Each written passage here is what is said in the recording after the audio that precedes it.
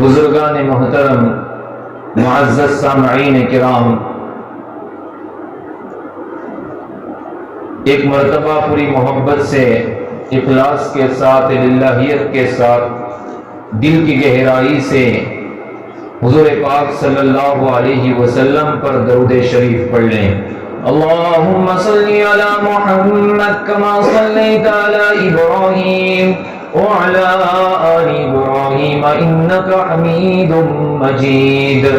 اللہم بارک علی محمد کما بارکت علی ابراہیم وعلی آل ابراہیم انک حمید مجید۔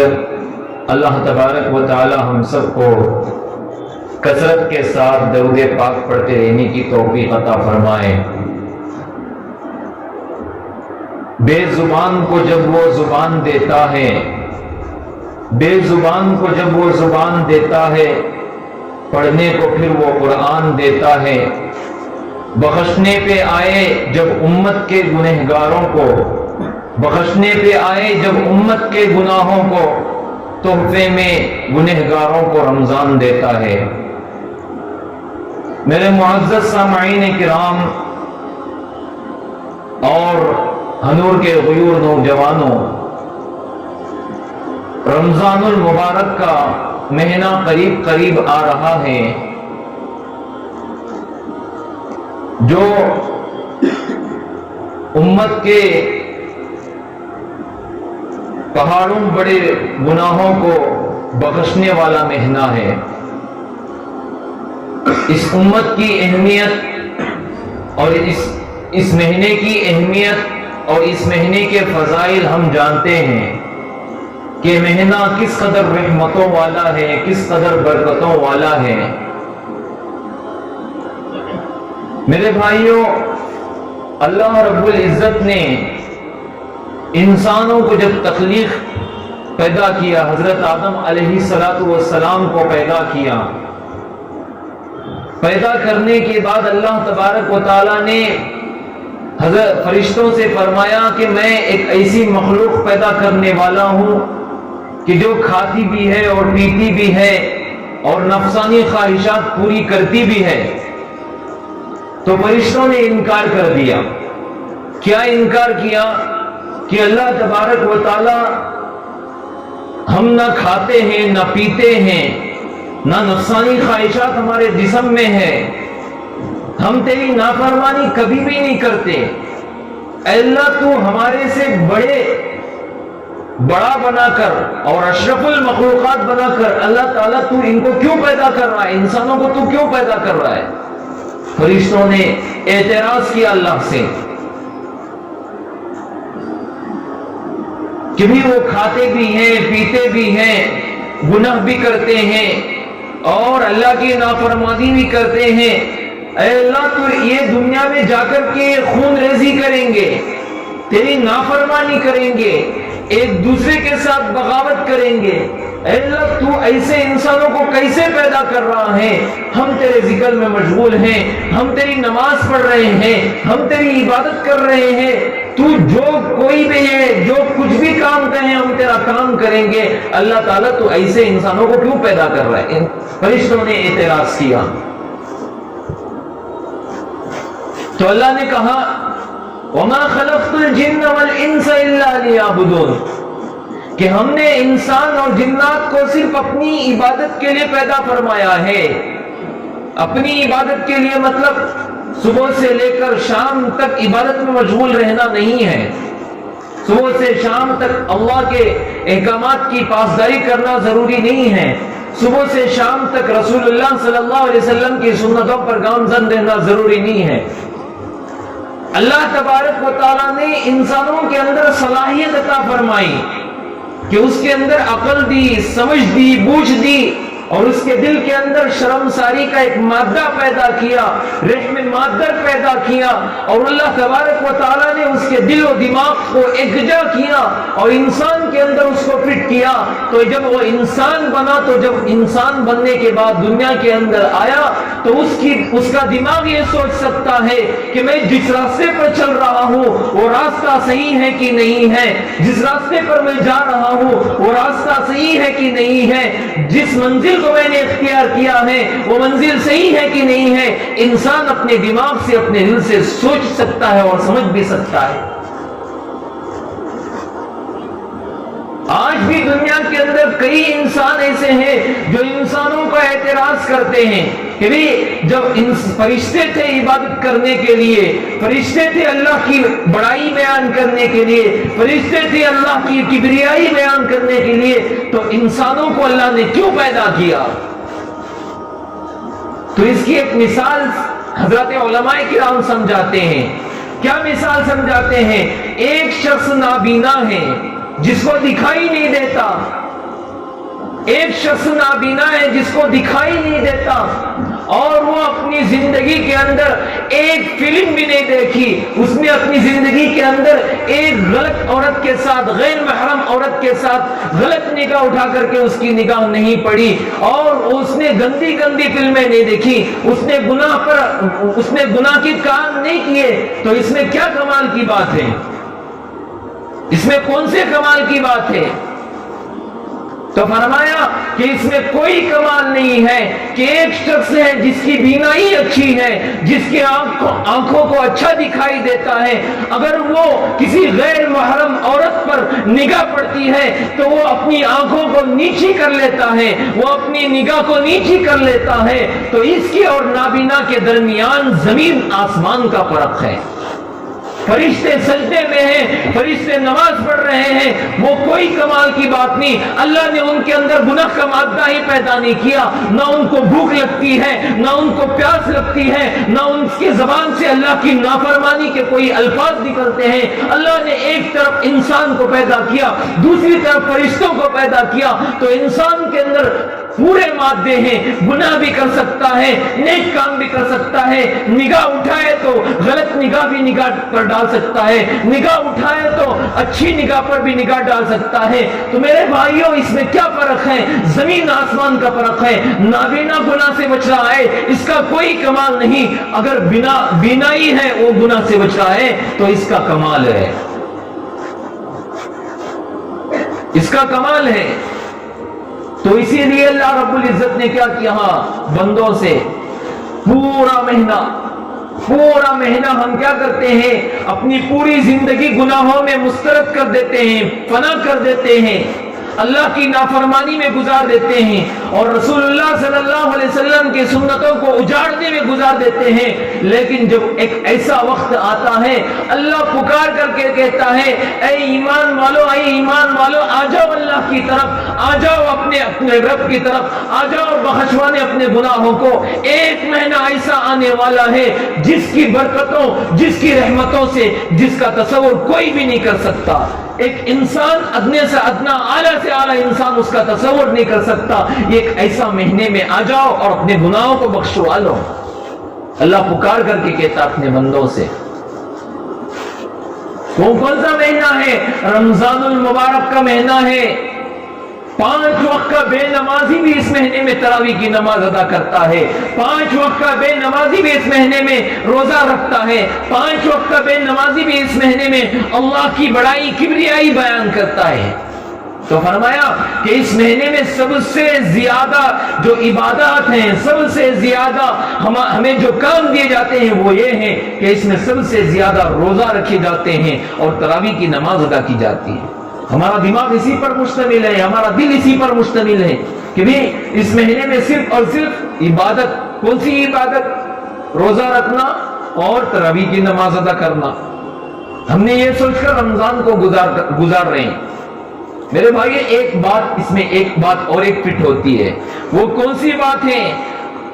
اللہ کے نبی علیہ الصلوۃ والسلام نے کہا کہ بندہ جب روزہ رکھتا ہے، بندہ جب روزہ رکھتا ہے، تراویح کی نماز پڑھتا ہے، 5 وقت کی نماز ادا کرتا ہے، لیکن جب وہ گناہوں سے نہیں رکتا، نفسانی خواہشات سے نہیں رکتا، تو اس کا روزہ رکھنا، اس کے روزہ رکھنے میں کوئی زیادتی اور کوئی ثواب میں داخل نہیں ہے، اس کے لیے کوئی ثواب نہیں، بھوکا اور رہنے کے کوئی اجر نہیں ملتا اس کو۔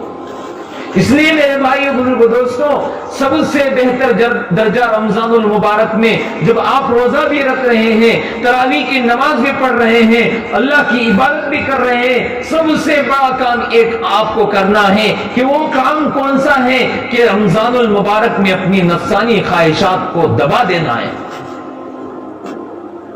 رمضان المبارک میں اپنی نفسانی خواہشات کو دبا دینا ہے، جیسا کہ حضرت یوسف علیہ السلام کا واقعہ ہم بار بار سنتے ہیں۔ زلیخا نے جب ان کو فتنے میں مبتلا کیا، گناہ کرنے پر آڑ دلائی، تو حضرت یوسف علیہ السلام کے دل میں بھی گناہ کرنے کی ہیبت طاری ہوئی، ان کے دل میں بھی گناہ کرنے کا ایک موقع ملا، اور زلیخا کے دل میں بھی گناہ کرنے کا ان کو بھی ایک موقع ملا کہ بھی محل ہے، محل میں کوئی آدمی نہیں ہے، محل کے اندر کوئی بادشاہ نہیں ہے، کوئی ملازم نہیں ہے، کوئی ہم کو دیکھنے والا نہیں ہے، تو دونوں کے اندر گناہ آڑ ہو گیا، دونوں کے اندر گناہ کرنے کی صلاحیت آٹومیٹکلی آ گئی کہ ان کے دل کے اندر یہ خواہش پیدا ہوگی کہ میں اس گناہ کو کر سکتا ہوں، میری خواہش مکمل ہو سکتی ہے۔ زلیخا نے بھی دل میں یہ مسترد کیا، تو حضرت یوسف علیہ السلام کو پیچھے سے پکڑ کر کے گھسیٹا، تو یوسف علیہ السلام اللہ کے نبی تھے، انہوں نے دل کے اندر تو گناہ کرنے کا ہیبت طاری ہو گیا تھا، لیکن انہوں نے اللہ کے ڈر سے اور اللہ کے خوف سے اس گناہ کو انکار کر دیا کہ میں اس گناہ کو میں نہیں کر سکتا، اس گناہ کو میں نہیں کر سکتا۔ میں آپ کو ایک واقعہ بتاتا چلوں کہ ایک آدمی جو ہے، ایک آدمی روزانہ ایک محل کے سامنے سے گزرتا تھا، وہ فروخت کرتا تھا کوئی چیز وغیرہ، کتابوں میں لکھا ہے لیکن یاد نہیں آ رہا، کوئی چیز وغیرہ فروخت کر کے لاتا تھا کہ بھی لے لو، اتنے روپیے کا لے لو، اتنے روپیے کا لے لو۔ تو اس محل کے اندر سے وہاں کی شہزادی اس کو روزانہ دیکھتی تھی، اس ملازم کو، اس مزدور کو جو روزانہ بیپار کر کے جاتا تھا، اس کو روزانہ دیکھتی تھی۔ جب وہ ایک مرتبہ آیا تو شہزادی کے دل میں خیال پیدا ہوا کہ میں اس کو یہ چیز لینے سے بلا کر میں کیا کر لوں، اپنے گناہ پر عار ہو جاؤں، میں اس کو منا لوں، میں اس کو زناکاری پر آمادہ کر لوں۔ تو وہ آدمی کو بلائی، شہزادی کی جو ملازمہ تھی اس نے آدمی کو بلایا اور آ کر کے کہا کہ بھی یہ جو آپ کے پاس فروخت کرنے والا مال ہے، کیا یہ ہمیں فروخت کر سکتے ہو، کتنے روپے میں فروخت کر سکتے ہو؟ تو آدمی نے کہا کہ فلاں درہم، فلاں اتنے روپے۔ تو وہ آدمی کو کہنے لگی شہزادی آپ میرے محل کے ایک کمرے میں آئیے، اس کمرے میں اس کو دیکھوں گی، اسے کیا کروں گی، دیکھ کر کے اسے جانچ کروں گی، اس کے بعد میں اسے لوں گی۔ تو یہ طے ہو گیا، وہ چلا اس کے کمرے کی طرف۔ جیسے ہی کمرے میں داخل ہوا، کمرے کے اندر جانے کے بعد وہ شہزادی دروازے کی پیچھے کھڑی ہوئی تھی، جانے کے بعد اس دروازے کو اس نے لاک کر دیا، اس دروازے کو اس شہزادی نے لاک کر دیا، اس کو زنا کرنے پر آمادہ کیا اس آدمی کو۔ لیکن وہ اللہ والا تھا اور روزانہ اللہ کے خوف سے کیا کرتا تھا، بیپار کرتا، بیپار میں بھی دھوکہ نہیں، زندگی میں کسی چیز سے دھوکہ نہیں، گھر والوں کو دھوکہ نہیں، کسی کو دھوکہ نہیں دیتا، اللہ والا، بہت بڑا اللہ والا۔ جب اس نے گناہ کرنے پر آمادہ دلائی، دونوں سامنے قریب ہوئے، تو اس نے کہا کہ مجھے بیت الخلا جانا ہے۔ اس نے کہا کہ مجھے کہاں جانا ہے، بیت الخلا جانا ہے۔ جب وہ بیت الخلا کے اندر گیا تو دل میں یہ ہیبت طاری ہوئی، اگر میں زنا پر آمادہ ہو جاؤں گا تو کل قیامت کے دن اللہ تبارک و تعالی مجھے پوچھے گا، میں نے تجھے گناہ چھوڑنے کی صلاحیت دی تھی، تو گناہ سے چھوٹ بھی سکتا تھا، تو نے اسے استعمال نہیں کیوں کیا؟ تو اس کے اندر دل کے اندر یہ ہیبت طاری ہوئی، اس نے کیا کیا، اس بیت الخلا کی جو غلاظت تھی، اس غلاظت کو اپنے جسم پر لگا لیا۔ اس سے بہتر ہے کہ اس زناکاری سے بچ جاؤں، اس سے بہتر یہ چیز ہے۔ پورا جسم کے اندر اس نے پورا غلاظت لگا کر کے باہر نکلا، اس کی بدبو سے اس شہزادی نے اس کے زنا کرنے سے انکار کر دیا۔ میرے بھائی یہ ہوتے ہیں اللہ والے جنہوں نے جو گناہ سے بچنا چاہے تو کسی طرح سے بھی اللہ سے دور، اللہ تبارک و تعالیٰ کے قریب ہو جاتے ہیں اور گناہ سے بچ جاتے ہیں۔ رمضان المبارک کا مہینہ آ رہا ہے، وہ تو غیر دنوں کی بات تھی، لیکن آج ہمارا کیا حال ہے؟ رمضان کا مہینہ آ رہا ہے، رمضان میں ہم روزہ رکھ رہے ہیں۔ یا اللہ تعالیٰ نے فرمایا یا ایھا الذین آمنوا کتب علیکم الصیام کما کتب علی الذین من قبلکم لعلکم تتقون۔ اللہ تعالیٰ نے کہا کہ اے ایمان والو، تم پر روزے فرض کر دیے گئے ہیں جیسا کہ پچھلی امتوں پر فرض کر دیے گئے تھے، تاکہ تم پرہیزگار بن جاؤ۔ پرہیزگار مطلب کیا ہے؟ ایک ڈاکٹر کے پاس کوئی اگر بیمار شخص سے جاتا ہے، اس کے بخار وغیرہ رہتی ہیں، تو ڈاکٹر اسے کیا کرتا ہے؟ پرہیز کرنے کے لیے کچھ ٹیبلٹ وغیرہ دیتا ہے، اور کھانے پر بھی اس نے آمادہ کرتا ہے کہ بھی یہ کھانا ہے اور ان چیزوں سے تو کیا کرنا ہے؟ بچنا ہے۔ تو اس کا نام ہے پرہیزگاری۔ جس ڈاکٹر نے منع کیا جن چیزوں کے کھانے سے، ان کھانے سے بچنا ہے کہ بیماری کا یہ کیا ہے؟ علاج ہے۔ تو اسی طرح سے پرہیزگاری۔ تو ہم جب روزہ رکھ رہے ہیں تو روزہ رکھنے پر ہمیں اللہ تبارک و تعالیٰ کیا فرما رہے ہیں کہ جب تم روزہ رکھو گے تمہارے اندر بھوک آئے گی، بھوک کی وجہ سے تمہیں گناہ کرنے کی عادت نہیں ہوگی، گناہ سے دور ہو جاؤ گے، آٹومیٹکلی گناہ سے دور ہو جاؤ گے۔ اللہ تعالیٰ نے کہا کہ روزہ ایک ایسا ہے کہ اللہ تبارک و تعالیٰ نے کہا کہ تم روزہ رکھو گے، گناہ کرنے پر تم جب آمادہ ہو جاؤ گے، گناہ کے قریب جاؤ گے، اللہ کے ڈر اور خوف سے تم پیچھے ہٹ جاؤ گے روزے کی وجہ سے۔ اس لیے میرے بھائیوں بزرگوں دوستوں، رمضان المبارک کا مہینہ ہمارے قریب آ رہا ہے، اس کی ہمیں تیاری کرنی چاہیے۔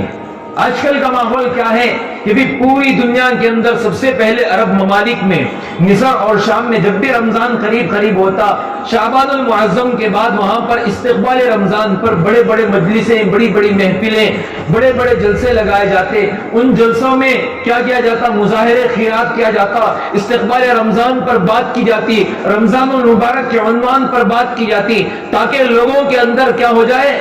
رمضان المبارک کی محبت دل کے اندر بیٹھ جائے، اس کی فضیلت دل کے اندر بیٹھ جائے۔ تو یہ ماحول وہاں پر چل رہا تھا، لیکن آج کا دور بہت ٹیکنالوجی کا دور ہے، تو وہاں پر سے چلتے آج پوری دنیا میں پھیل گیا۔ ہر جگہ استقبال رمضان پر عنوان رکھ کر کے بڑی بڑی محفلیں لگائی جاتی ہیں، مظاہرہ خیرات کیا جاتا ہے اور استقبال رمضان پر بات کیا جاتا ہے۔ ہاں بھائی، بالکل صحیح بات ہے، یہ کام کرنا ہمارے لوگوں کے لیے اچھا ہے، تاکہ ہمارے اندر رمضان المبارک کی فضیلت دل کے اندر پیدا ہو جائے۔ اور ایک کام اس کے ساتھ ہمیں یہ ٹھان لینا ہے کہ یہ استقبال رمضان اس طرح سے نہیں ہوتا۔ استقبال رمضان جو ہے، جس گناہ کو ہم کر رہے ہیں اس گناہ کو چھوڑنے پر استقبال رمضان ہوتا ہے۔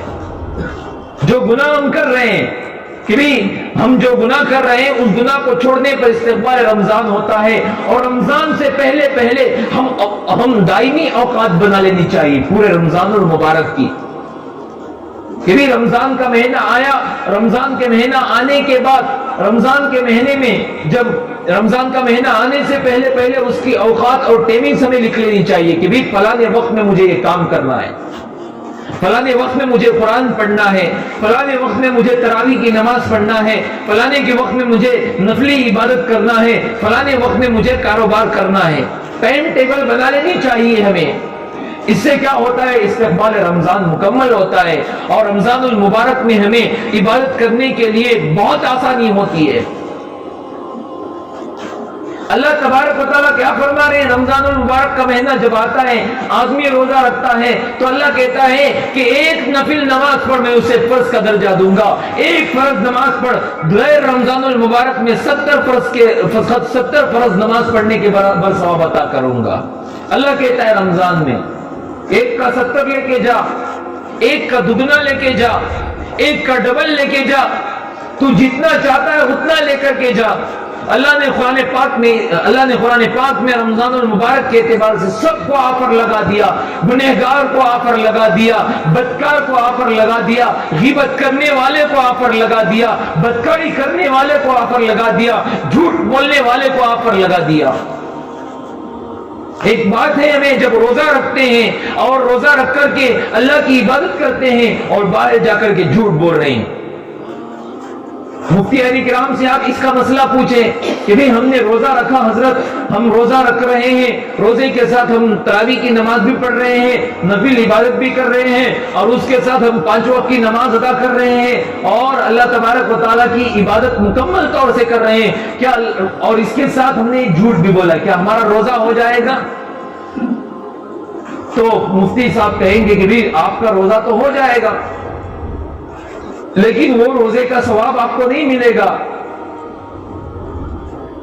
بھئی آپ کا روزہ ہو جائے گا، آپ روزہ رکھ رہے ہیں لیکن جھوٹ بولنے سے پرہیز نہیں کر رہے، آپ روزہ رکھ رہے ہیں کسی کی غیبت کرنے سے پرہیز نہیں کر رہے، آپ روزہ رکھ رہے ہیں کسی کو تہمت لگانے سے پرہیز نہیں کر رہے، آپ روزہ رکھ رہے ہیں کسی کو غلط بات کرنے سے پرہیز نہیں کر رہے، آپ روزہ رکھ رہے ہیں روزانہ جھوٹ بول کر کے اپنا کاروبار کر رہے ہیں، تو آپ کا روزہ تو ہو جائے گا، لیکن اللہ تبارک و تعالیٰ نے رمضان المبارک میں گناہ سے بچنے کے لیے ایک مہینہ عطا کیا ہے. ان مہینے میں کم سے کم ہم اپنی حلال کمائی کمائیں، جھوٹ سے بچیں، غیبت سے بچیں، اللہ کی نافرمانی سے بچیں، اللہ کو راضی کریں، اللہ کو راضی کرنے والے اعمال کریں. اس سے ہمیں کیا ہوگا؟ اس سے ہمیں سب سے پہلے ہمیں یہ بات یاد رکھ لیں کہ جو لوگ رمضان المبارک کے علاوہ سود کھاتے ہیں، جو لوگ رمضان المبارک کے علاوہ سود کا تو آپ گناہ جانتے ہیں، اتنا بڑا گناہ ہے، اتنا بڑا گناہ ہے، لیکن جب رمضان کا مہینہ آ جائے تو آپ سب سے پہلے سود سے دستبردار ہو جائے، اپنا ہاتھ دھو لیں کہ بھئی میں اس رمضان میں کسی کو افطاری سود کے مال سے نہیں کراؤں گا، کہ بھئی اس رمضان میں کسی کو افطاری اپنے گھر والوں کو سود کے مال سے نہیں کراؤں گا. یہ بات یاد رکھیں. اور ایک بات کیا ہے اس میں کہ جس کا کام ہی سود کاری کا ہو، جو کام سود کاری کا کر رہا ہو، بڈی کا کر رہا ہو، وہ ایک بات یہ کر لے کہ اس رمضان المبارک میں 1 مہینے کے لیے چھٹی لے لے، اور اس کے مال میں جو مال اس نے کمایا ہے اسی مال سے حلال مال کمائے، حلال مال کما کر کے لوگوں کو افطار کرائے، گھر والوں کو افطار کرائے. اور اس سے بھی نہ ہو سکے تو ہم کیا کریں؟ کسی سے قرضہ لے لیں. یہ آخری درجہ ہے. کسی سے قرضہ لے کر کے کیا کریں؟ اپنا رمضان گزارے، سود کاری سے بچ جائے. الحمدللہ اللہ تبارک و تعالیٰ آپ کے اعمال کو بھی قبول کر لے گا. اللہ تبارک و تعالیٰ آپ کے اعمال کی بدولت سے، آپ کے عمل کی بدولت سے، آپ کے رمضان میں روزہ رکھنے کی بدولت سے، آپ کے رمضان المبارک میں تراویح کی نماز پڑھنے کی بدولت سے، آپ کے رمضان المبارک میں نفلی عبادت کرنے کی بدولت سے اللہ تبارک و تعالیٰ اس سود کے کام سے دور کرا دے گا. اللہ تعالیٰ تمہارے کام میں ایسے آسانی کرے گا جس کا تم تصور بھی نہیں کر سکتے. اس لیے میرے بھائیو بزرگو دوستو، یہ کام ہمیں کرنا ہے کہ جس کا کام سود کاری کا ہے وہ سود کاری سے دستبردار ہو جائے، صرف اور رمضان المبارک میں.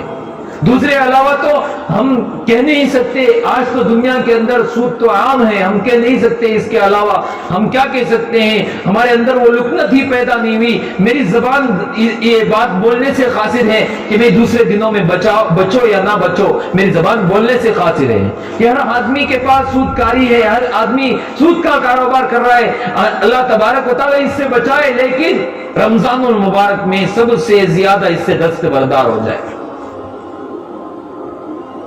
میرے بھائیو، رمضان المبارک میں اللہ کے نبی صلی اللہ علیہ وسلم فرماتے ہیں کہ جب رمضان المبارک میں لوگ روزہ رکھتے ہیں، مسافر آتے ہیں اور اللہ کے سامنے حاضر و ناظر رہتے ہیں، تو اللہ کے نبی نے فرمایا کہ ان کو افطار کراؤ. صحابہ نے کہا کہ اللہ کے نبی ہم ان کو افطار کیسے کرائیں؟ نہ ہمارے پاس مال و دولت ہے، نہ ہمارے پاس کچھ چیزیں، ہم غریب ہیں، ہم افطار ان کو کیسے کرا سکتے ہیں؟ اللہ کے نبی نے کہا کہ ایک کھجور کھلا دو، آپ کے لیے بہت بڑا ہے. ایک بوند پانی کا پلا دو، یہ آپ کے لیے بہت بڑا ہے. اس لیے میرے بھائیو بزرگو دوستو، آپ سود کے کام سے کیا ہو جاؤ؟ دستبردار ہو جاؤ. میں رمضان المبارک میں کم سے کم میں سود کا کاروبار نہیں کروں گا، میں اس سے پرہیز کروں گا، میں اس کام سے پرہیز کروں گا. میں تو اللہ کو ناراض کرنے والے اعمال نہیں کروں گا، میں تو اللہ کو ناراض کرنے والے اعمال نہیں کروں گا، راضی کرنے والے اعمال کروں گا. اور ایک بات کیا ہے، رمضان المبارک کا آدمی جب روزہ رکھتا ہے تو اس روزے کے اندر جب وہ ایک کمرے کے اندر، ایک گھر کے اندر بیٹھا ہوا ہے تو اس روزے کی حیبت سے، اس کی برکت سے اس کے دل کے اندر اللہ کا خوف پیدا کیسے ہوتا ہے؟ دیکھیے کہ ایک آدمی ہے، وہ آدمی گھر کے اندر بیٹھا ہوا ہے، سخت گرمی کا معاملہ ہے، بہت گرمی ہے، اور فریج رکھا ہوا ہے، اس فریج کے اندر ٹھنڈا پانی ہے، اس کا دل چاہ رہا ہے کہ میں اس کو پی کر کیا کر لوں؟ اپنی پیاس بجھا لوں، میں اس کو پی کر اپنی پیاس بجھا لوں، مجھے کوئی نہیں دیکھے گا، آدمی کوئی نہیں کہے گا، آدمی یہ سوچے گا کہ بھی یہ بندہ روزے سے ہے، یہ بندہ اللہ کی عبادت میں مشغول ہے، پھر بھی وہ اس کے پاس نہیں پہنچتا، اس فریج کے پانی پینے کے لیے پہنچتا نہیں ہے، تو اللہ تبارک و تعالیٰ فرشتوں سے کہتے ہیں کہ دیکھو بھی میرا بندہ کیا کر رہا ہے، کہ سخت گرمی کا عالم ہے، سخت گرمی ہے، اس کے سر پر سخت گرمی سوار ہے، اور فریج کے اندر بہت ٹھنڈا پانی رکھا ہوا ہے، اس کا دل چاہ رہا ہے کہ اس پانی کو پیے، اور اس کا دل چاہ رہا ہے کہ اس سے اپنی پیاس بجھا لے، لیکن وہ اس کے قریب نہیں جاتا۔ تو بندوں کا یہ بات لے کر کے اللہ تبارک و تعالیٰ فرشتوں کے سامنے فخر کرتے ہیں کہ دیکھو میرا بندہ، تم کہتے تھے کہ انسان کو تم نے کیوں بنایا، دیکھو آج انسان کیا کام کر رہا ہے۔ فرشتے اپنا سر جھکا لیتے ہیں، اللہ تعالیٰ سے کہتے ہیں کہ اللہ تعالیٰ تیری حکمت بہت بڑی ہے، اللہ تعالیٰ تیری حکمت بہت بڑی ہے، تیری قدرت بہت بڑی ہے، ہم اس قدرت کا انکار نہیں کر سکتے، اس کا اعتراض نہیں کر سکتے۔ اللہ جو تو چاہتا ہے وہ کرتا ہے، جو تو چاہتا ہے وہ صحیح کام کرتا ہے، کوئی غلط کام تو نے آج تک نہیں کیا ہے۔ فرشتوں سے کہتے ہیں، فرشتے اللہ سے کہتے ہیں میرے بھائیوں یہ کام ہے جو رمضان المبارک کے ہم نے یہ کام کرنا ہے کہ بھی غیبت سے دستبردار ہونا، زناکاری سے دستبردار ہونا، نفسانی خواہشات سے دستبردار ہونا، اور اللہ تبارک و تعالیٰ کے سامنے گڑ گڑانا، اور کیا کرنا ہے؟ روزے رکھنا ہے۔ سب سے پہلے یہ کام ہمیں کر لوں کہ روزے رکھنا ہے پورا مہینہ۔ اللہ تعالیٰ نے روزے فرض کیے ہیں۔ فرض کا درجہ کیا ہوتا ہے؟ آدمی کے اگر جسم کے اندر سر باقی ہے تو جسم زندہ ہے، پورا جسم زندہ ہے، ہاتھ بھی چل رہے ہیں، پاؤں بھی چل رہے ہیں، اپنی آنکھیں بھی چل رہے ہیں، اور پیٹ کے اندر کھانا بھی جا رہا ہے، اور اپنی زندگی ہم گزار رہے ہیں۔ اگر سر چلا گیا تو جسم کے اندر سے جسم کا کوئی فائدہ نہیں ہے، تو اس کو کیا کر دیا جاتا ہے؟ اس کو زمین میں جا کر کے تدفین کر دیا جاتا ہے، گاڑ دیا جاتا ہے، اس کی کوئی اہمیت نہیں ہوتی۔ فرض کا درجہ اسی ہے ایمان میں، اگر فرض ادا نہیں کیے تو آپ کا ایمان مکمل نہیں ہے۔ محمد کی محبت دین حق کی شرط اول ہے، محمد کی محبت دین حق کی شرط اول ہے، اسی میں اگر ہو خامی تو ایمان نامکمل ہے۔ اس لیے میرے بھائیو بزرگوں دوستو فرض کا درجہ بہت بڑا ہے، اس لیے فرض کام ہمیں کرنا ہے، فرض کام سب سے پہلے ہمیں کرنا ہے۔ اللہ تبارک و تعالیٰ نے کہا کہ ہم تم پر روزے فرض کر دیے، کس میں کہا؟ قرآن پاک میں کہا۔ آپ سب سے پہلے جتنے بھی حضرات یہاں پر آئے ہوئے ہیں، رمضان المبارک کا جب بھی چاند نظر آئے وہ یہ ٹھان لے کہ میں اس مہینے کے پورے روزے رکھوں گا، انشاءاللہ میں اس مہینے کے پورے روزے رکھوں گا، اس مہینے میں پورے رمضان المبارک کی رات میں تراویح ادا کروں گا، اللہ کے نبی علیہ الصلوۃ والسلام کی سنتوں پر گامزن رہوں گا، یہ ٹھان لیں، اس کا ارادہ کر لیں۔ اور اس کے علاوہ ایک بات یہ بھی کر لیں کہ میں اس رمضان المبارک میں جتنا ہو سکے میں کیا کروں گا؟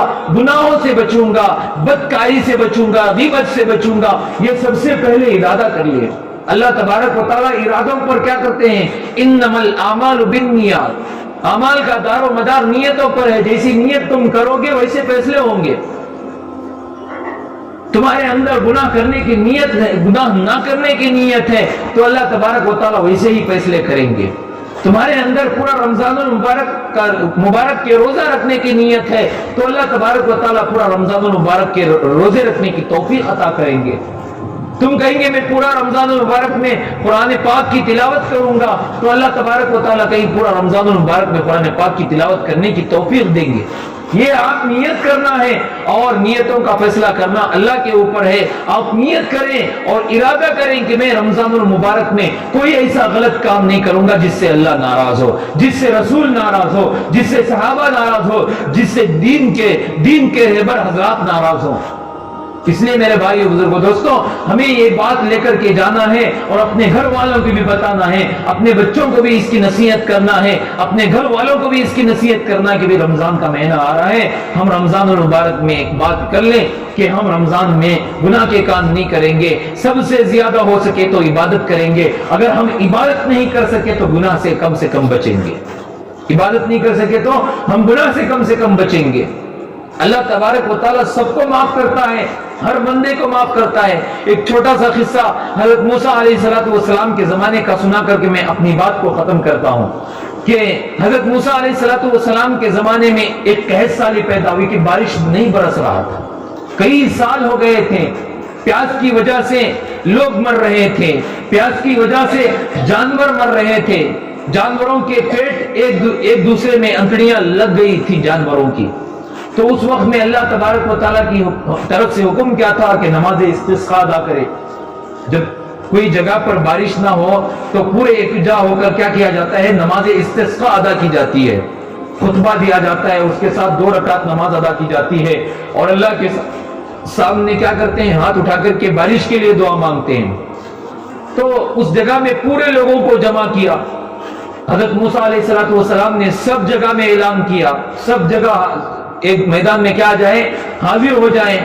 سارے حضرات حاضر ہوئے، سارے حضرات جمع ہوئے، اور وہاں پر بھی جانور بھی آئے، جانوروں کو ایک سائیڈ میں کھڑا کر دیا گیا، اور یہاں پر نماز استسقاء ادا کی گئی، اللہ سے دعائیں مانگ رہے ہیں، اللہ تعالیٰ بارش برسا دے، تیری رحمت برسا دے، تیری رحمت برسا دے، اللہ سے دعائیں مانگ رہے ہیں، لیکن بارش نہیں برس رہا، نہ بادل کی کوئی چھاؤں ہے، نہ ابر کی کوئی چھاؤں ہے، جیسی دھوپ ہے اور کڑک ہو رہی ہے۔ دعا مانگ رہے ہیں لیکن ان کی دعا قبول نہیں ہو رہی۔